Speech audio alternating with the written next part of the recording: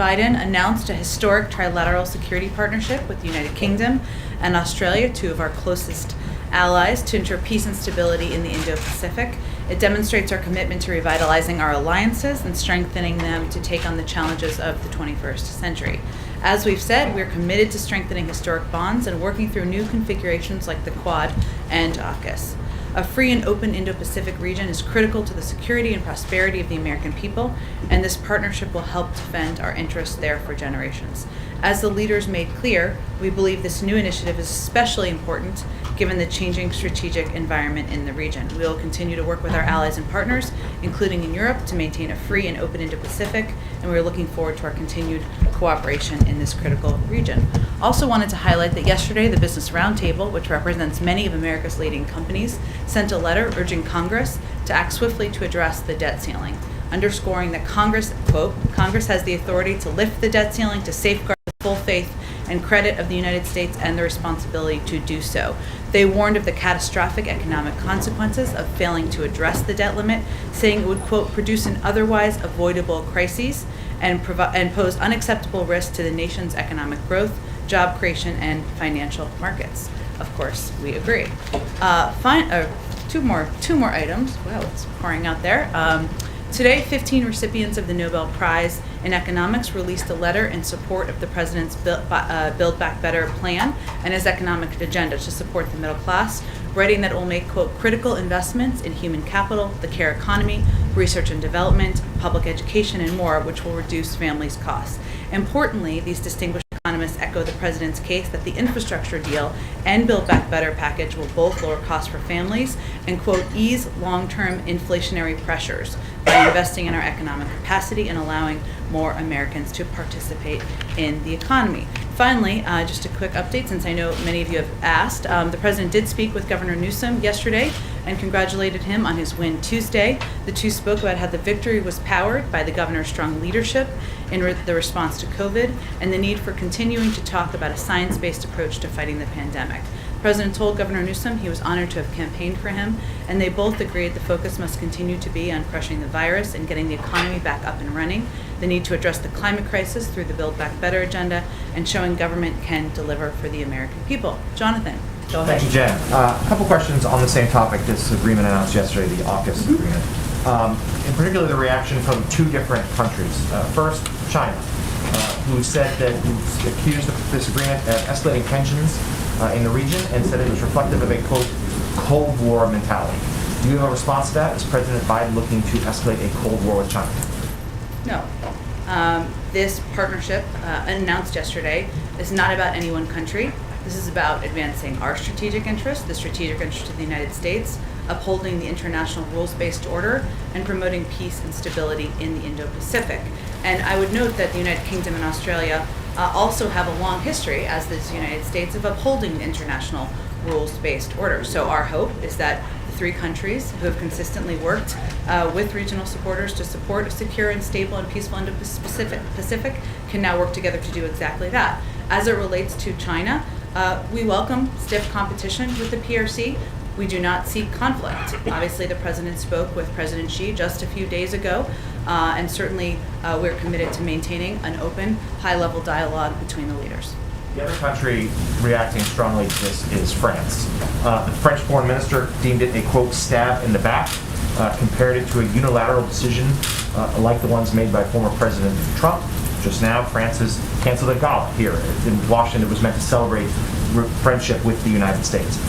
What reaction do you have to France's rather outraged response to this agreement? Well, I would first say that we value our relationship and our partnership with France on a variety of issues facing the global community, whether it's economic growth or whether it's the fight against COVID or addressing security throughout the world. And that has been a long-standing partnership for many, many years.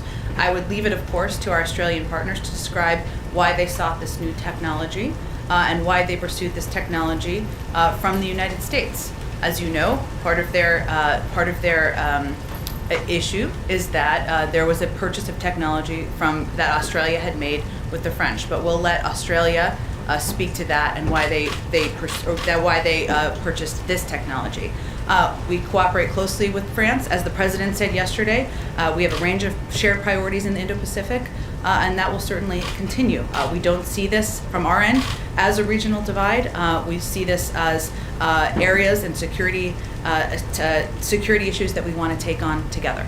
Last one, and then I'll hand off. On the same subject, the French have also said that this is undermining relations with the U.S. and its European partners, and they said they were blindsided by this deal. Did President Biden or the administration convey ahead of time to France that this was coming? Do they plan to speak today?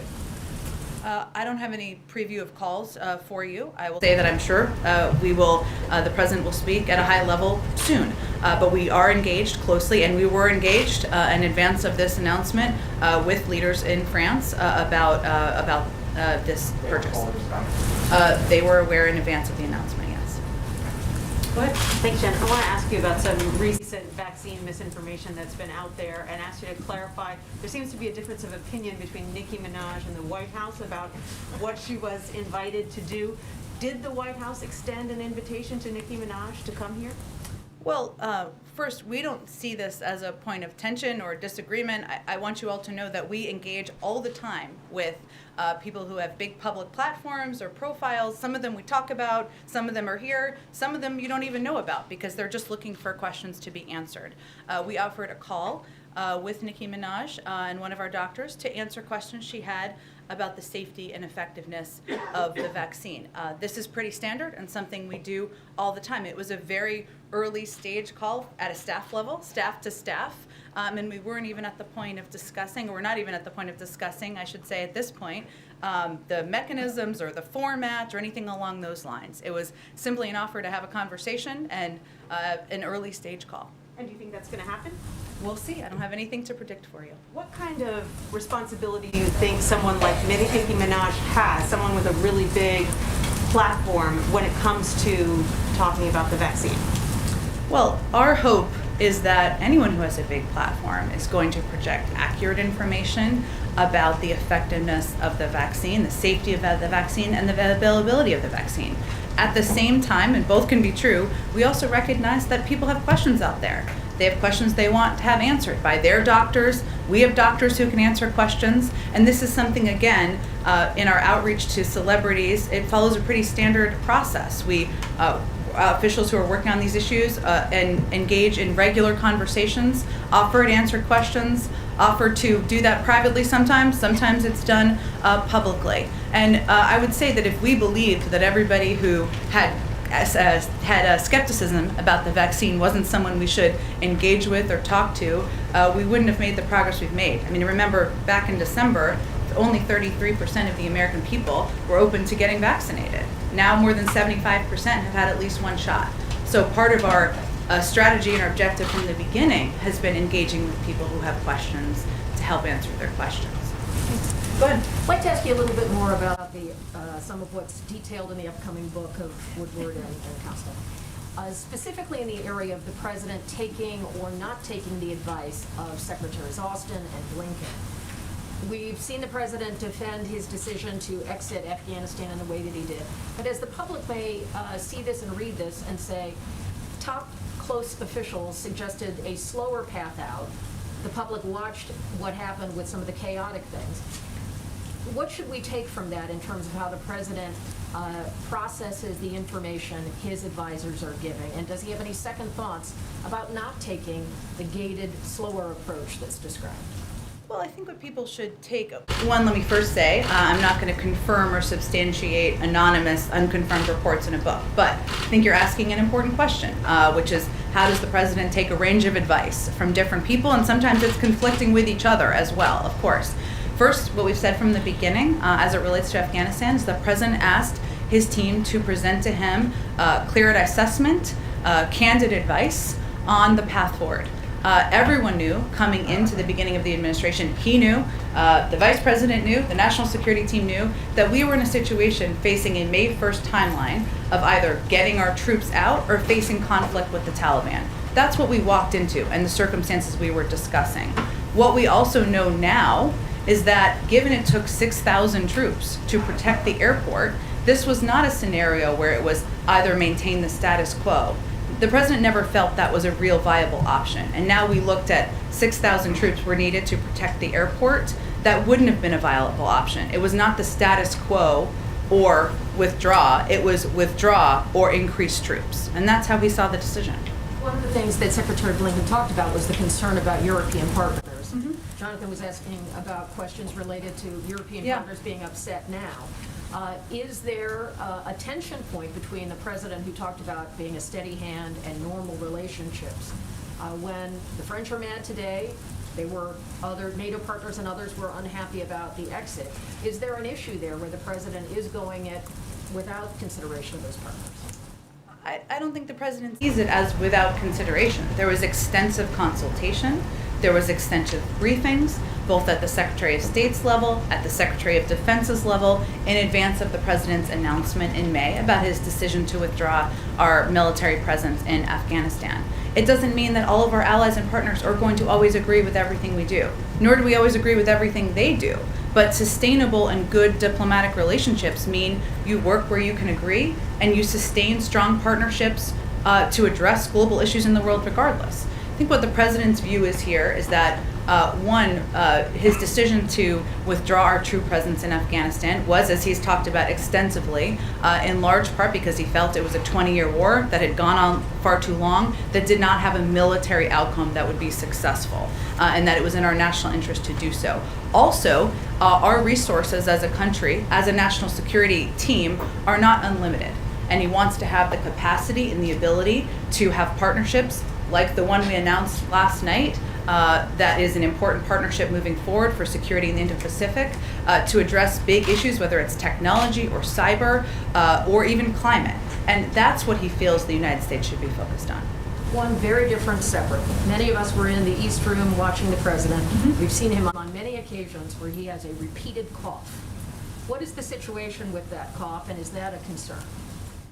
It's not a concern. We have a doctor who travels with him, obviously, who checks in if it is ever warranted, and certainly that continues to be the case, as it has been since the beginning of his presidency. Is there an explanation for why he coughs so frequently in situations like that? I'm sure you saw it. I did. I don't think it's an issue of concern. I think there are a range of reasons why we may need to clear our throat, or we may have a little light cold, and that's certainly something that presidents, elected officials, reporters, spokespeople can confront, but it's not an area where we have a medical concern.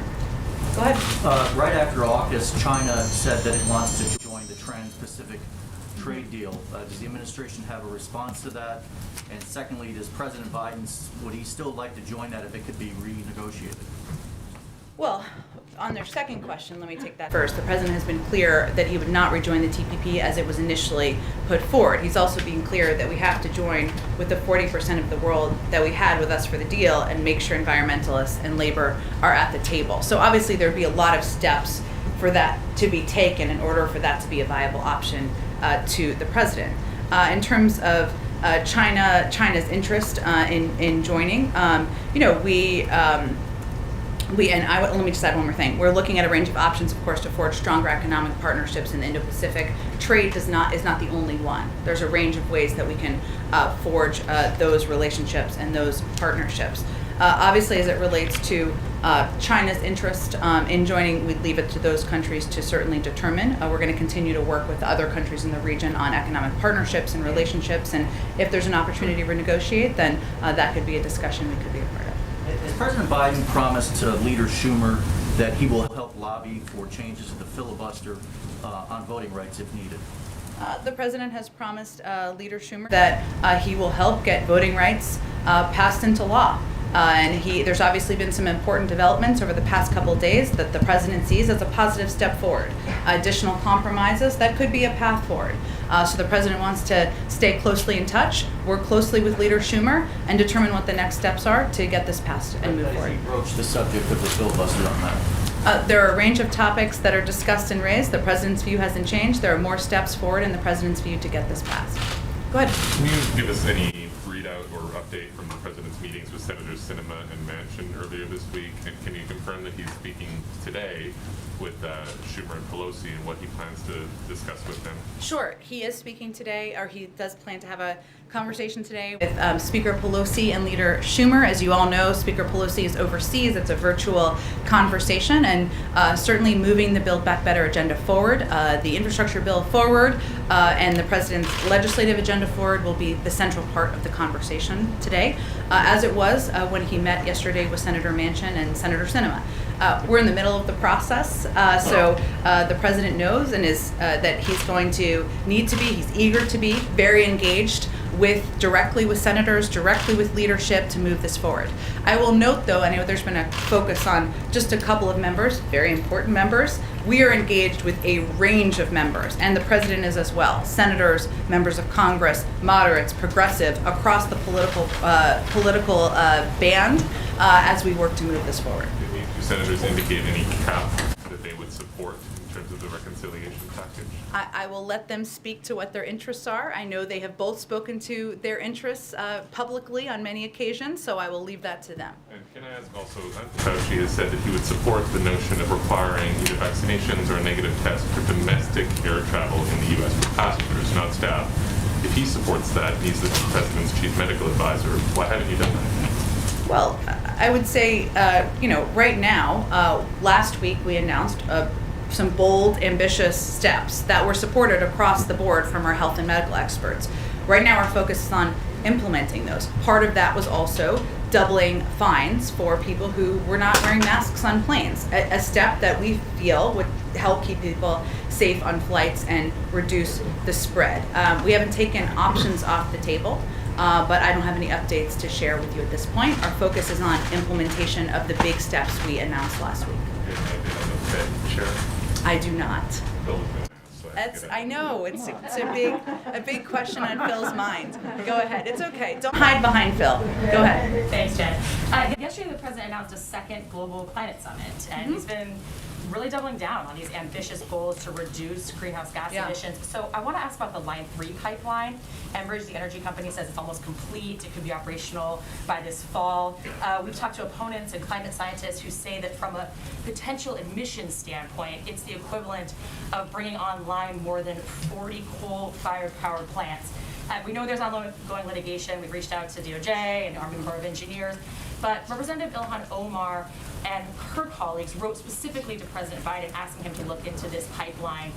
I just want to know if the president's reviewed that letter, if he plans to respond.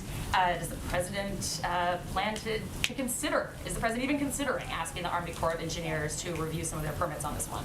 Well, as you said, it's in the middle of active litigation. So that is where we are going to leave it be. We are certainly aware of the concerns, of the expression of viewpoints on this particular issue, no question about it.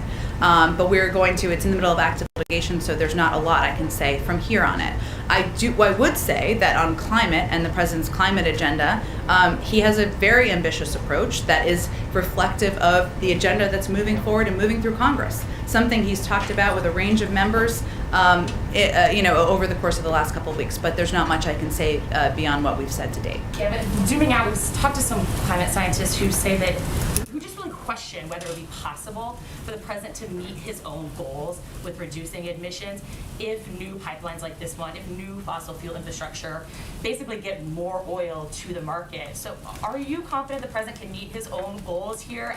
And do any new pipelines like this kind of undermine the president's message that the United States wants to be a global leader on this? Well, again, there's active litigation, so that's where it sits. But I would say that in terms of the president's climate agenda, it's not just one thing. He has taken a range of steps, announced steps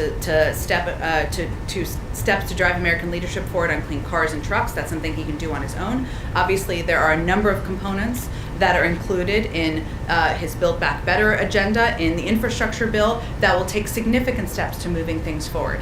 He's been a leader in getting us back in on the having a seat at the table in the Paris Climate Agreement. So he has taken across the board steps, every step he can take within his control to move the climate agenda forward. He's identified climate as a crisis facing his presidency and is eager to work with activists to continue to get the job done. But if something's in active litigation, it's in active litigation. Go ahead. Thank you, Jen. Quick question about the security partnership. yesterday there was a call when several senior administration officials said that there were conversations that were had over months before this partnership was announced. And we're sort of curious to know if France was part of those conversations and the whole process. And if they weren't, was that sort of, has there been a loss of trust because of that? Well, senior administration's officials have been in touch with their French counterparts to discuss AUKUS. I don't have in front of me, nor do I think I'm going to outline for you a detailed level of our engagement on this. This is a partnership with the Australians and the United Kingdom, and of course we keep other partners and key allies abreast. But I think what's important to know is that going back to the G7, the three leaders met in June, as you all know, in Cornwall, on the margins of the G7, and this was one of the main topics that was discussed. And that was where from there they urged their teams to work on it to get us to this point. And a quick follow-up on gas prices. The president was talking about it just now. Mm-hmm. He said that, we're looking into this manipulation of the gas market. Is the White House currently doing an investigation? He said prices should be coming down, but they're not. Do you have an update on that? We've asked the FTC, as you know, to look into it. They'd be the appropriate body. They've conveyed that they would in a letter, so I would point you to them for more specifics. Go ahead. Just one quick follow-up and a couple others. You said AUKUS isn't about any one country. Officials have been pretty clear this is about China. What's the difference between what the White House is saying publicly from the podium and what we're hearing from officials behind the scenes? Well, in our view, it's about security in the Indo-Pacific. Country in the Indo-Pacific that you feel like is a threat to the rules-based order and international norms? I will let others do their analysis, but from the United States government, our focus is on what steps we can take to increase security in the Indo-Pacific. And there are a range of countries that could pose a threat, and we'll let an outside analysis give their analysis. On debt limit, is the president view bipartisanship, which you guys have made very clear from Secretary Yellen across the administration, is important on this? Is that a red line for him? Republicans have to be involved, or there's no other path? You know how I love red lines. I don't love them. Line in the sand? No, I'm not here to set new lines, red lines, lines in the sand. But I do think it's important context for everybody to understand, as you well know, that 80 times has Congress raised the debt limit. And even if you look to comments in recent days by Senator McConnell, if you look to just 2 years ago, he argued that that failing to vote to raise the debt limit would, quote, be a disaster and, quote, put our full faith and credit at risk. We agree with that. And now he's against a vote. So I think when we're looking at politics here, we know where the politics is coming from. But our argument is that this is not a political issue, shouldn't be a partisan issue. It hasn't been throughout history. You may have all seen that Secretary Yellen had a call with Senator McConnell. Not a political call, of course. She's not political. She's an economist, to really convey what the enormous dangers of default would be. So that's the argument we're making. Yes, I know you all have good questions about the vehicle and how it move forward. All good questions we're working with Congress on. But our view is this should be bipartisan, as it has been in the past. Just one more, since Josh stole my Fed question. FDA, I know you don't have a personnel announcement. Is the idea here that because they've got so much on their plate and they have a team that's been working on this stuff for a long time, you just wait until there's like a quiet moment to appoint somebody, or does that have any impact whatsoever on what's going on? I promise you, when we have determined and selected an FDA commissioner to nominate, we will announce it and not wait for a quiet moment. I don't know that there are quiet moments around here. You may all agree with that. And that's what the president is eager to do, of course. I don't have any predictions of what the timeline will be, and understand certainly the question. Go ahead.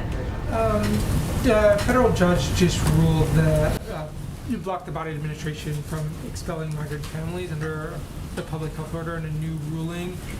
It takes effect in 14 days. I'm wondering what the administration's plans are on that front. Right, the news just came out, as you referenced. It's a preliminary injunction that would take effect, as you said, 2 weeks from now. We, of course, would refer you to the Department of Justice on any additional steps or next steps.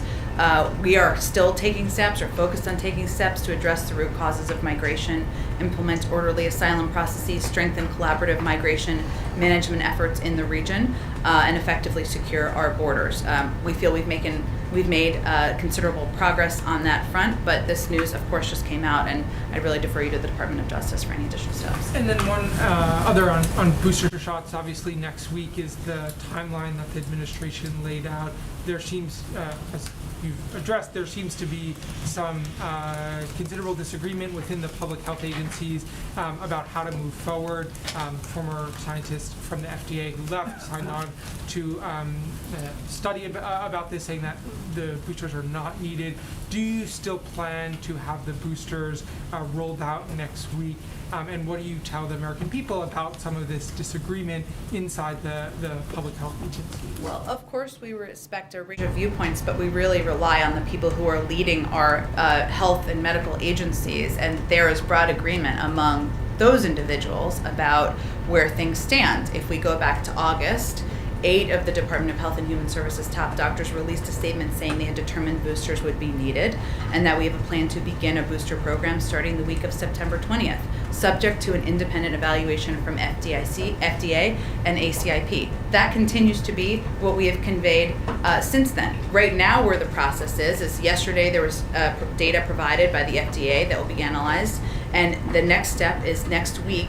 ACIP is planning to meet, and based on the recommendation, we're prepared to operationalize our plan. But it's always been based, every time we've talked about this as based on a thorough review and a thorough process to complete. It's our job to be prepared whenever we can operationalize. Does the president have any regrets about speaking publicly about this plan before there was the approval from the public health agencies, or he still feels that was the right step to do? Well, first of all, the first statement was done by our health and medical doctors, by HHS, those 8 doctors. And then he spoke to it, and the president said, I want to be clear, this plan is pending the FDA conducting an independent evaluation of the safety and effectiveness of a 3rd dose of the Pfizer and Moderna mRNA vaccines, and the CDC's Advisory Committee on Immunization Practices issuing booster dose recommendations based on a thorough review of the evidence. That was what he said when this announcement was made. If you look at it on the flip side of this, right, it is at the time they made this announcement in part because there was data that was available that showed that the waning of efficacy of vaccines over a period of time, right? That's why these doctors and medical experts in their statement made this recommendation and this announcement. So the alternative would have been they not move forward with it and hold back and not share that data. I mean, that's also not being transparent or leading with science. And so that's the course of history here, I should say. Can I follow up on that, Jen? Sure. Just quick follow-up. So you said a moment ago that the top public health officials of the administration, FDA commissioner, CDC, Surgeon General, all agree and recommend that the American public should be getting boosters, starting next week. So they're all on that page, but the FDA Advisory Committee and the CDC Advisory Committee, let's say, are on a different page if they don't think boosters should be ready at this time. I guess then who's the administration going to listen to? Its top doctors or these outside advisory committees? Well, before we confuse the public, that's not what ACIP has recommended. They're meeting next week. We don't know what they're going to say. What our health and medical experts have said, and they have been very consistent on this, Dr. Walensky, based on the FDA review and ACIP, and exactly as you said, the note that immunocompromised people actually never got really good immune protection to begin with, we noted that as of now we should be offering a 3rd dose of the vaccine. Janet Woodcock. So it is true, we don't have all the data. We have a lot of data from both this country and other countries in the effects of waning. We don't have all the data on the most all the safety data and so forth. Those studies have been completed and should be available to the FDA soon. Our objective is to be prepared should all of this process move forward. It's always been pending the approval of the ACIP and the FDA. All of these doctors have said this could be needed. They've said in their statement, 8 of them said they had determined boosters would be needed. Now it's going to go through the process. That's what's happening over the next week. So we're not going to predetermine what that process is going to say. Jen, I have a follow-up on that from the You guys will FDA. follow whatever the agency, whatever those advisory committees recommend, you guys will follow their recommendations. Yeah. Right. Yes, of course. Go ahead. Jen, on that though. I'll go to you next, Emerald. Go ahead. Thank you. I have one quick follow-up on the booster Sure. question. So say the rollout does get delayed. I understand the president said that we've purchased boosters to be ready for this. Is there any chance that they would expire and need to be sent off to other countries like we've done in the past, or do we buy like booster credits? Are they sitting in a fridge somewhere, I guess is what I'm asking. Well, our objective here is to be like Boy Scouts and Girl Scouts and always be prepared for every single scenario, right? And so that's why we wanted to make clear we would be ready to operationalize, right? In terms of, so we are preparing for all contingencies and all scenarios. We'll see what the ACIP says, and then we'll be able to lay out for you where we go and what that means moving forward. I will say we have never felt it to be, we feel it's a false choice to suggest it's either give to the world or not. We are continuing to increase the supply of vaccines we're giving to the world. We will continue to have more announcements on that because we want to be the arsenal of vaccines to the world, and we are giving more than every other country in the world combined. At the same time, we're going to maintain a supply for the United States and for American citizens and for people living here, so that we can give out the booster should that be go through the approval process. And then I wanted to get to the hearing on the Hill with General Miller. Mm-hmm. The president told ABC back in August that none of his advisors recommended leaving 2,500 troops in Afghanistan. General Miller told the Senate Armed Services Committee that that was exactly what he recommended. Was the president's answer in that interview an honest answer? First of all, I'm not going to get into details of private advice that the president gets from his national security team or military advisors.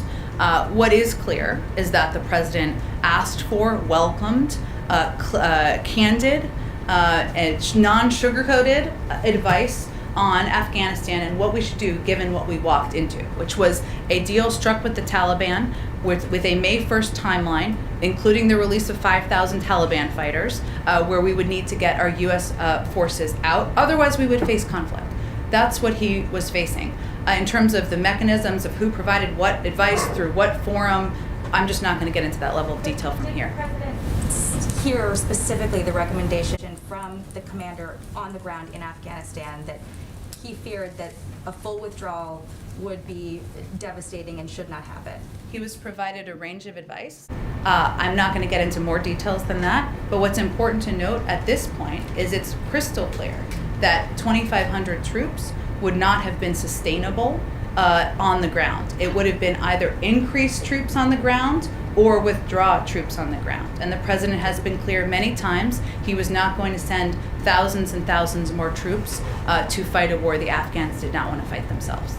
And then I wanted to get also to the debt limit. Sure. Following up on the question earlier, the Democrats, when they had unified control in 2010, raised the debt limit unilaterally. What is different now, and why doesn't the president just encourage Democratic leaders to do this on their own and diffuse that crisis?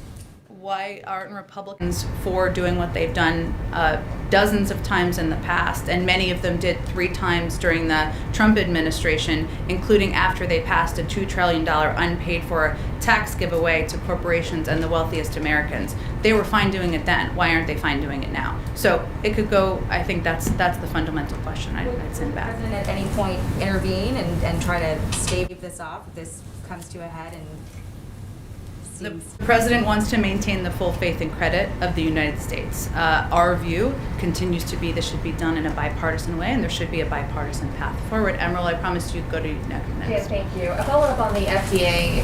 You say that there was a large consensus of doctors and advisors who feel like boosters are warranted and safe and effective.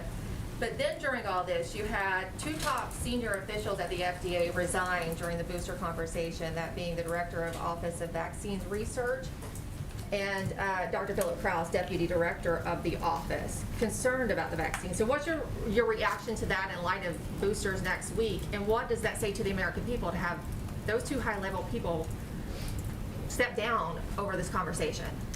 Well, Emerald, what I conveyed before, and I'll reiterate, is that 8 of our top medical experts, health and medical experts, including the acting head of the FDA, Janet Woodcock, recommended we would need boosters moving forward. The American people would need boosters, pending approval through a process, including the FDA and ACIP. That's the process that's ongoing. In terms of differences of opinion within the FDA or other components of the federal government, that's certainly, we understand that may be the case, but in terms of the consensus view, the view of the leadership of the FDA, the view of the leadership of our health and medical experts, that was their shared recommendation, because their objective and their focus is on relying on data to save lives. And data available showed a waning efficacy of vaccines after a certain number of So months. speaking of the waning efficacy of vaccines, I do have another question about the president's COVID plan. He promised on September 9th that he was going to send 50% more supply of monoclonal antibodies to states. Yet, the Biden administration is cutting supplies in red states by 50%. So, for example, in Florida, they were expecting to get 70,000 doses this week, which they say they need. They're only getting 30,000 doses. And this is not just for unvaccinated people. In South Florida, half the people who are seeking this treatment are fully vaccinated. So why is the Biden administration cutting these supplies? That's not accurate. So let me give you the accurate information. First of all, we are increasing our distribution this month by 50%. In early August, we were distributing an average of 100,000 doses per week. Now we're shipping an average of 150,000 doses per week. Over the last month, though, and one thing that I think people need to understand for clarity, facts, I know you're like facts, is that monoclonal antibodies are life-saving therapies that are used after infection to prevent more severe outcomes. So clearly the way to protect people and save more lives is to get them vaccinated so that they don't get the COVID to begin with. But over the last month, given the rise in cases due to the Delta variant and the lower number of vaccination rates in some of these states, like Florida, like Texas, just 7 states are making up 70% of the orders. Our supply is not unlimited, and we believe it should be equitable across states across the country. There's been no reports of a lack of supply. So why cut them to those states only if there's no reports of I think a our role supply? as the government overseeing the entire country is to be equitable in how we distribute. We're not going to give a greater percentage to Florida over Oklahoma, nor do I think are you suggesting that. I think we have to move on. Go ahead, Yamiche. Thanks so much, Jen. One follow-up question on booster shots. I'm wondering if you could just say whether or not the president is at all even concerned about whether the administration endorsing booster shots before the FDA fully approved them just looks like they're trying to influence the FDA and mix science with politics. I understand your point. Yamiche, it was the FDA acting head who endorsed boosters. The point is, though, that the FDA itself and scientists are still weighing whether or not they want to make the recommendation fully. So the question is, does this administration even have any concerns that coming out and recommending booster shots before they're fully approved and fully recommended by the FDA, that might be seen as unduly influencing? No. Again, it's the acting FDA head and 8 of our health and medical experts from agencies, not the White House, not the president, who put out this statement initially making this recommendation. Because they believe you need to come forward, and we fully support, with data when it's available, and make that available to the American people. Make sure the American people understand and know that there could be waning efficacy of these vaccines, and that's where they recommend it. If you look at the reverse, imagine if they had not come out and shared that was their view and this is where it might be headed. Now, it needs to go through a process. They've said that in every single statement that they have made publicly. But we believe the American people are smart, and they're paying attention, and they would want to know that boosters might be something that go through a process that are recommended, and they might be something that you should plan for once you get to a certain set of months past your second vaccination. That's our view, and that's the view of our health and medical experts. Can I ask one more question about the French response to AUKUS, which of course is a whole mouthful. But anyways, I'm wondering if you could just talk to or respond directly. What does the president think of the French foreign minister saying that he's acting like former President Trump and being unpredictable, and the French canceling their gala now in D.C. at their embassy because they're angry over this agreement? What does the president make of being compared to former President Trump by an ally such as France? I would say the president doesn't think about it much. The president's focus is on maintaining and continuing our close relationships with leaders in France, with the United Kingdom, with Australia, and to achieving our global objectives, which include security in the Indo-Pacific. That's what his focus is, and we will continue to work toward a productive, constructive partnership with the French. Go ahead. Thank you, Jen. Clarification then follow on, Yeah. on AUKUS. Sure. You said the French were informed of the arrangement. Just even going to the president's remarks yesterday, the arrangement was broader than just the nuclear-powered submarines. It was cyber, it was AI. Were they specifically informed on that the U.S. would be sharing technology for nuclear-powered submarines? Again, it was the Australians' decision, so I'd point you to the Australians, but they were aware in advance. So, I mean, but if the U.S. you're involved here, we saw the U.K. also involved, why couldn't the administration, not just inform, but bring in the French? They also have nuclear-powered submarines. You mean in terms of a fourth partner to this? I'm not sure what your question is. I do. I mean, in terms of a fourth partner and get them engaged as well. It's another ally to also share this technology. It's clear based off the statements today that they had the intent to, or also expressed a desire to. Well, this is not the only global engagement, global cooperative partnership the United States has in the world. The French are a member of the G7. They're a member of the G20. We work with them on a range of issues, and we will continue to. And their leadership up and down the ranks will continue to be important partners to the United States and to this administration moving forward. So this was a partnership between the United Kingdom, the United States, and Australia. There are a range of partnerships that include the French and some partnerships that don't. And they have partnerships with other countries that don't include us. That is part of how global diplomacy works. Just to follow on the first question I asked, it sounds like what you were saying is when I asked why did the U.S. didn't inform about specifically sharing the technology for submarines, is that Australia was kind of in the lead of this arrangement? I'm just not going to have more details on it, but I will tell you that, again, the Australians, partners, they can describe why they sought this new technology. It was their effort to do that, so I would point you to them for more details. And then just quickly on, Greg Abbott has issued a statement. He has directed his Department of Public Safety and the National Guard to shut down 6 points of entry along the southwest border. He issued that statement today. Just wondering if the administration, they also say that the Customs and Border Protection requested this. Wondering if the administration did request this, if they're aware of it, and if there's any response. I'm happy to check into it, Zolan. I haven't seen Governor Abbott's statement or CBP's commentary, so let me check into it, and we can get you something after the briefing. Go ahead.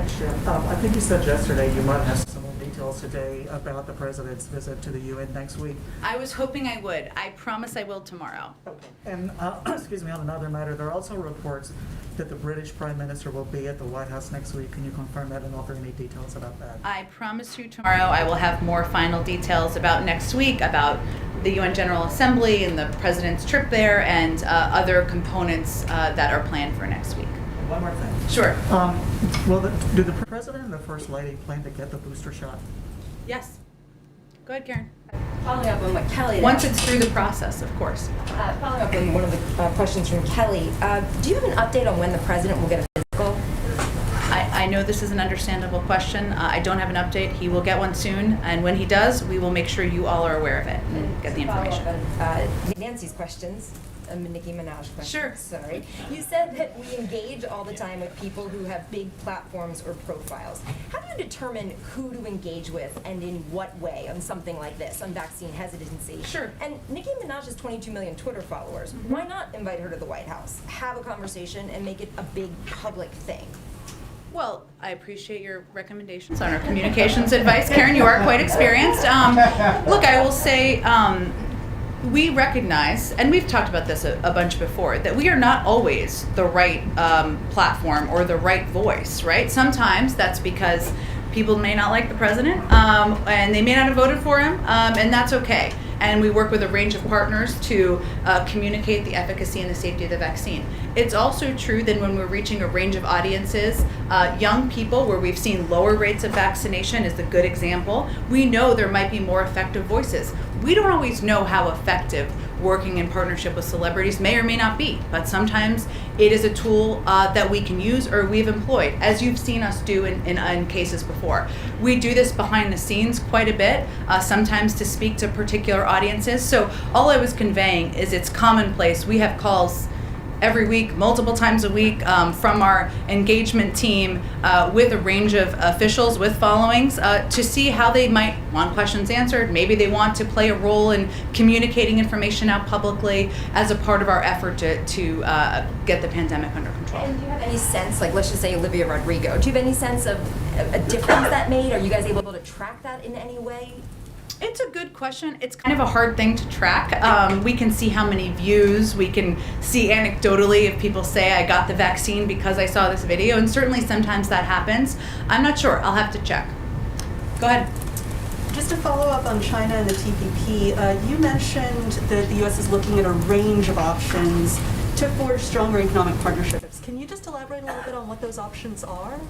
I think what I was trying to convey is it's not just trade, right? And there are a range of ways we can work with countries in the region and forge a range of partnerships. And so certainly the president would need labor environmentalists to be at the table to potentially engage on TPP. We're obviously not there at this point, so I was just conveying we don't see trade as the only path forward.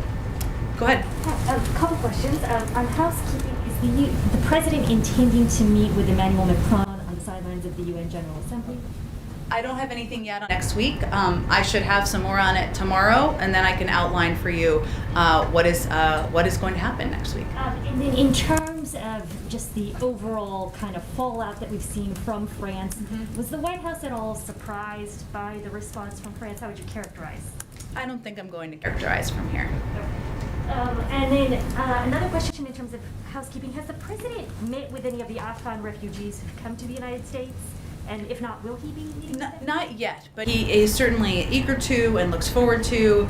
As you know, I know it feels like it's been a long several weeks, or maybe just to me, but you know, many of them have only just settled in the United States. Some of them have never been here before. Some of them have, of course. So it's not quite scheduled yet, but it's something he's certainly eager to do. Can I ask a follow-up on that question? Go ahead. We're starting to get some numbers about where some of the Afghan evacuees will be resettled. Can you walk through the administration's process? I know it has to do with the Office of Refugee Resettlement, but a number of governors have raised their hands. We're learning more about the first wave. How is the administration going about determining where to place evacuees and refugees? Sure. It's a very good question. I think our Department of Homeland Security is going to have the best level of detail for you on how that process works. Or I can also ask former Governor Markell to come out here and talk with all of you one day soon, which I'm sure you'd be interested in. So let me venture to do that and see if DHS has more of a rundown for you. And one follow-up on the ask by the administration to Congress for more than $6 billion in funding to help with resettlement efforts. What happens if you don't obtain that money, and also some of the immigration policy fixes that have been requested? Well, I mean, we're hopeful that given there has been stronger support for helping and welcoming our Afghan partners who fought alongside, I should say, the United States for the last 20 years, from Democrats and Republicans, that we can move forward and get the funding we need. Obviously, we didn't anticipate, no one did, right, that there would be this number of Afghan refugees that we would need to fund support for 6 months, 8 months ago, hence the request as we announced at the time. But I think we're certainly hopeful, given the support for that we will get that funding. One last, is there a timeline when you need to get an answer by Congress for the funding?